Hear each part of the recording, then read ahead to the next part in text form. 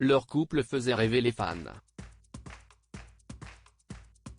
En 1989, le regard de Winona Ryder croisait celui de Johnny Depp lors d'une avant-première.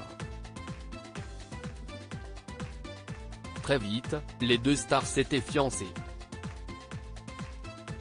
Hélas, après 4 ans d'amour, le couple se séparait.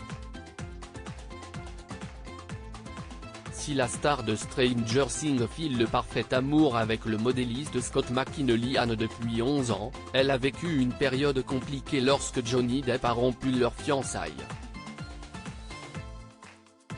Dans un entretien accordé au magazine Harper's Bazaar, l'actrice a confié avoir réussi à sortir la tête de l'eau grâce à un incroyable thérapeute, qui lui a suggéré d'essayer de s'imaginer plus jeune et d'être plus gentille avec cette fille. Évoquant le tournage du film La Maison des Esprits, Winona Ryder a déclaré « Je me souviens, je jouais ce personnage qui finit par être torturé dans une prison chilienne. Je regardais ces fausses contusions et coupures sur mon visage et j'avais du mal à me voir comme cette petite fille.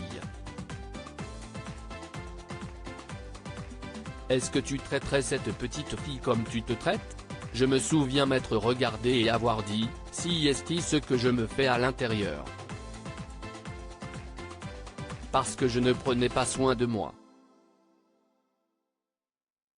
En toute transparence, l'actrice a confié, « Je n'en ai jamais parlé.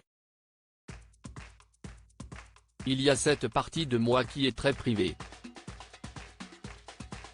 Ces jours de ma vie ont une grande place dans mon cœur. »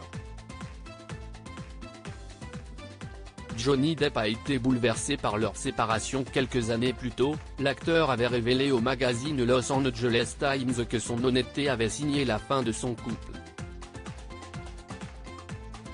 Il avait en effet assuré, « Si est très difficile d'avoir une vie personnelle dans cette ville.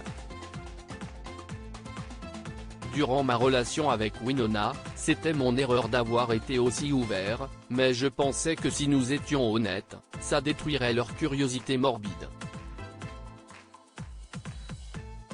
Mais au lieu de ça, ça la nourrit, et a fait croire aux gens qu'il en faisait partie. » Pendant de nombreuses semaines, Johnny Depp se rendait alors sur le plateau du film Édition Wood en larmes.